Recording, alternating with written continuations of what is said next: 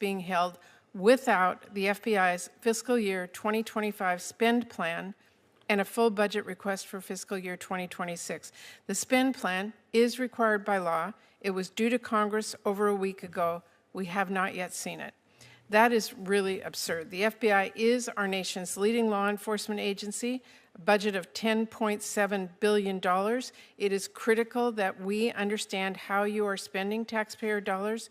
So, Director Patel, when should we expect this FY25 spend plan for the FBI? Have you seen it? Have you reviewed it? When will we get it? I'll get you an answer, ma'am. I don't have a timeline on that. It was due last week by law. I understand. And your answer is you just understand. You're not going to follow the law? My answer is that I am following the law, and I'm working with my interagency partners to do this and get you the budget that you are required to have. And you have no timeline? No. Well, we also need a full budget request, not a single paragraph full of wild talking points that we saw with the skinny budget proposal. We're now having a budget hearing without a budget request. So, Director Patel, where is the FY 2026 budget request for the FBI? It's being worked on, ma'am. Have you reviewed it? Have you approved it? Not yet. When will we get it? As soon as I can get it from my interagency partners and get it approved. 6 months from now? I don't know, ma'am. I'm not going to Well, make up a how do timeline. we as Congress do our budget and our work without that request and without the spend plan? Well, ma'am, I'm here. I'm don't doing the care. best I can. I can't make up answers. I'm going to commit to you to work on getting you the information you need. That is insufficient and deeply disturbing. No response? I've given my response. Well, the FBI is already down 1,900 employees since 2023 as a direct result of the Fiscal Responsibility Act. And under the Trump administration, FBI agents, analysts, linguists, cyber experts, and scientists are being asked to do a lot more in order to keep us safe. Director Patel, we all know that budget cuts will reduce the FBI's ability to counter threats of terrorism, and it will hinder its ability to keep pace with firearm background checks and shutter operations that combat violent crime, drugs, gangs, and transnational organized crime. Now, I understand that you told our House colleagues yesterday that you don't want to reduce the FBI workforce, meaning that you disagree with what President Trump is proposing? No, I agree that we can sustain the mission with the proposed budget, and I agree with the budget. And as I said yesterday, I believe that what I said was I can do more with more. And I gave examples of what more we could do if we were given more. Well, it's different than what you told the House yesterday. So what are you communicating to the President and the White House about what you need and what? And again, we don't have a budget request from you, so I'm not sure what you're asking us for.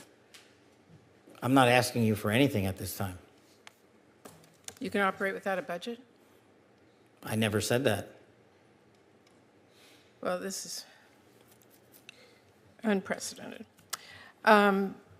Okay, well, let me just go to another topic since you're not going to answer that. The FBI partners with state, local, and tribal law enforcement organizations.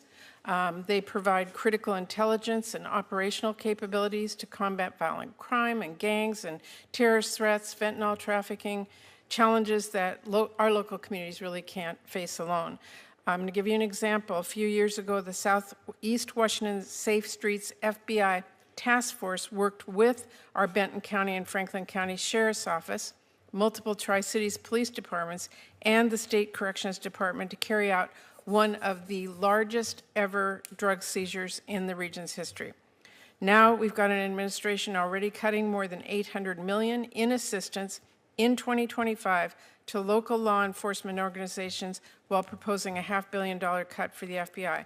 Director Patel, can you explain to this committee how cutting resources for our local law enforcement partner agencies the FBI relies on to help your bureau keep safe? How do you expect the FBI and local law enforcement to do more without those significant resources they need?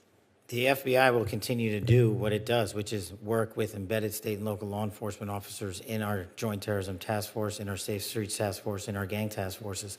Those are a priority. Those billets have been maintained. Those billets have not been reduced. And with my reorientation, reprogramming that we've notified Congress to, you will see an augmentation in the field in every single state in this country. Well, again, we need to see the numbers and we need to see that budget from you. Let me ask you about the NICS system. The FBI is really on the front lines of keeping guns out of the hands of very dangerous criminals. The NICS serves a really critical role in enhancing national security and public safety by conducting background checks. You know this.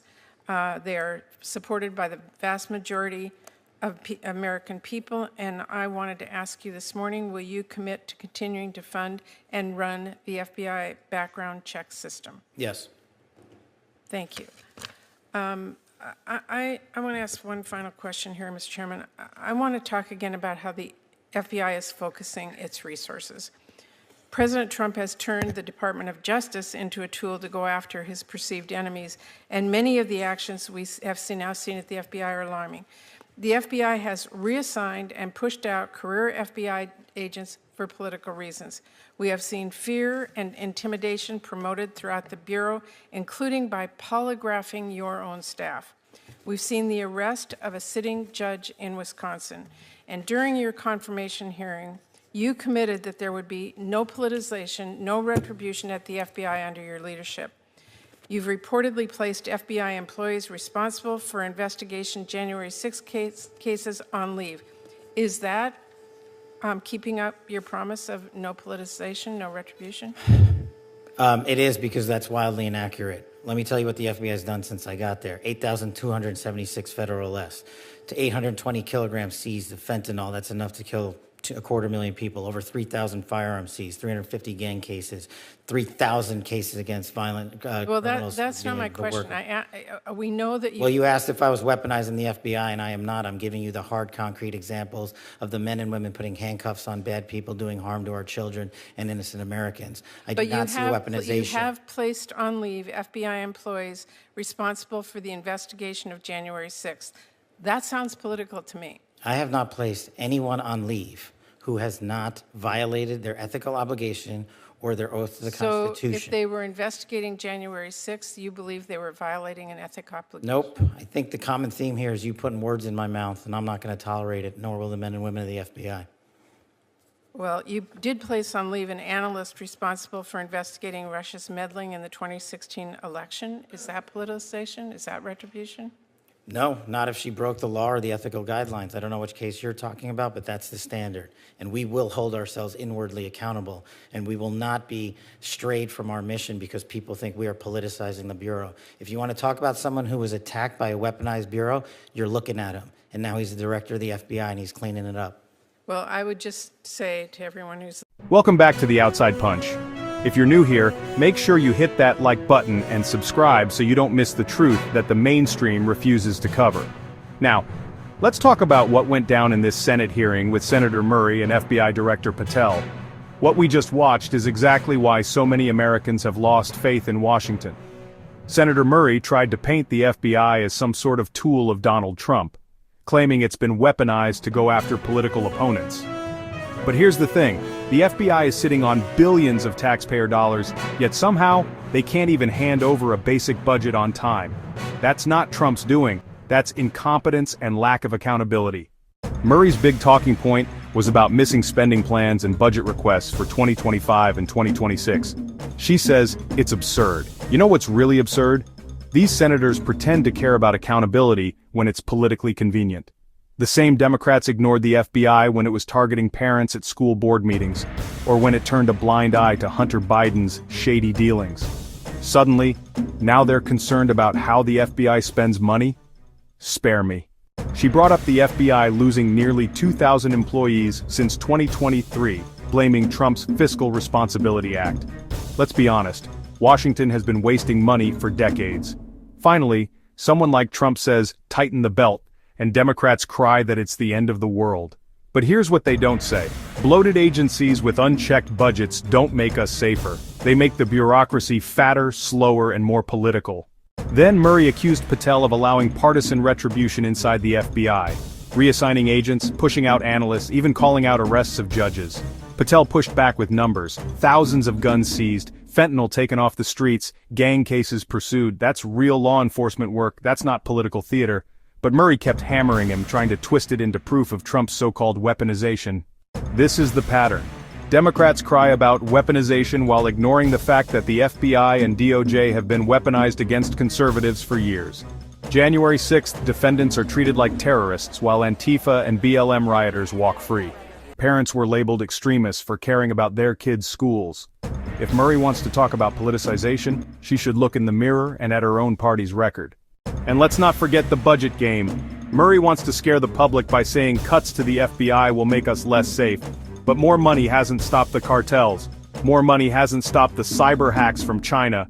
More money hasn't stopped violent crime rising in Democrat-run cities. Throwing taxpayer cash at the problem isn't the solution. Real leadership and priorities are.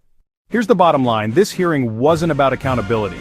It was about Democrats setting the stage to paint Trump as dangerous and to pretend the FBI is a victim of his leadership. But the truth is, Americans are waking up. We don't trust the FBI because of its track record under the left, not because Trump told Patel to run wild. What people want is equal justice, not partisan witch hunts. So when I see Murray grilling Patel, I don't see a senator fighting for Americans. I see another career politician using fear to protect her party's power. And until Congress actually holds the FBI accountable across the board, not just when it suits their narrative, Americans will keep losing trust in these institutions. If you're tired of the spin and want straight talk, you're in the right place. Hit subscribe, share this video, and let's keep punching outside the establishment's bubble. This is the Outside Punch, and I'll see you in the next one.